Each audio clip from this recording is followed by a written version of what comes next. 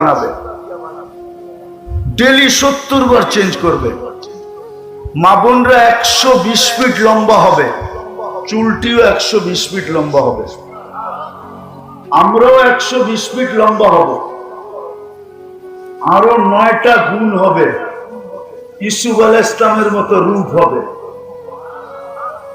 ঈসা আলাইহিস সালামের মতো বয়স হবে, মুসা আলাইহিস সালামের মতো শক্তি হবে, আমাদের নবীজির মতো আখলাক হবে, দাউদ আলাইহিস সালামের মতো সিঙ্গার হবে। সিঙ্গার চিনো?